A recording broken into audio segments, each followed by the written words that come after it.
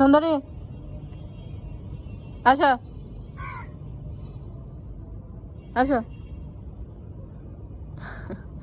আস্তে আস্তে দেখেন,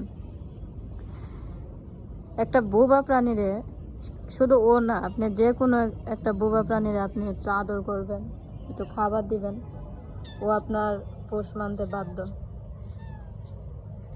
কিন্তু কিছু মানুষকে আপনি কখনোই আপনার বাধ্য করতে পারবেন না। আপনি তাকে যতই ভালোবাসা দেন না কেন, দিন শেষে আপনার বুকে এমন ছুরি বসা তারপর দেখবেন যে চলে গেছে, তাকে আর খুঁজেই পাবেন না। এবং ও আপনাকে এতটাই আঘাত করবে যে আপনি সহ্য করতে না পেরে আত্মহত্যা করার চেষ্টা করবেন। দেখেন, ওকে কিন্তু আমি মাঝে মধ্যে খাবার দিই। ও বেশিরভাগ 5 তলায় থাকে, তো ওই মাঝে মধ্যে যে খাবারটা দেই ওইটার জন্য ও আমারে অনেক ভালোবাসে। আর আমি কিছু মানুষকে এত ভালোবাসলাম, তারপর আমি তাদেরকে ধরে রাখতে পারি নাই, তারা চলে গেছে।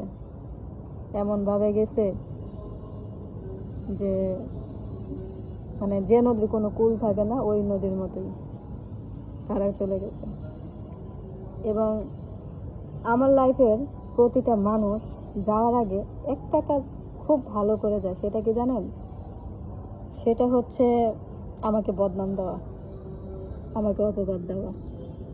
এই মিথ্যা অপবাদটা মানে আমার লাইফ থেকে যেই যাবে না কেন সে দিয়ে যাবে, আমি বুঝি না, মানে সবাই এক। আর কিছু কিছু মানুষ তো আমার লাইফে আসার সময় বলতো যে আমি সবার মতো না, আসলে আমি দিন শেষে দেখি কি ওরা সবাই না, ওদের থেকেও জঘন্য। এত সুন্দর অভিনয় আমার সাথে ওরা করতে পারে যা বলার মতো না।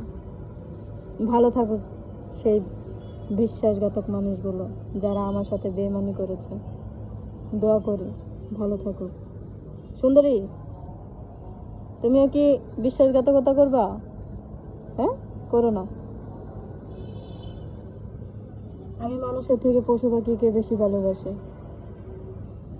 ওরা আমার জীবনের একটা অংশ। আর মানুষ ভয় পাই, আমি সাপকেও ভয় পাই না। আর মানুষ ভয় পাই, মানুষ মানুষকে ধ্বংস করে। একটি সাপকে যদি আপনি খোঁচা না দেন, সে কখনো আপনাকে খোঁচা দিবে না। কিন্তু একজন মানুষকে আপনার খোঁচা দিতে হবে না, সে সেই ইচ্ছায় আপনার লাইফে আসবে, এসে আপনার জীবনটা তছ নছ করে দিয়ে চলে যাবে। এটাই মানুষের মানে নিয়ম, তারা আসে।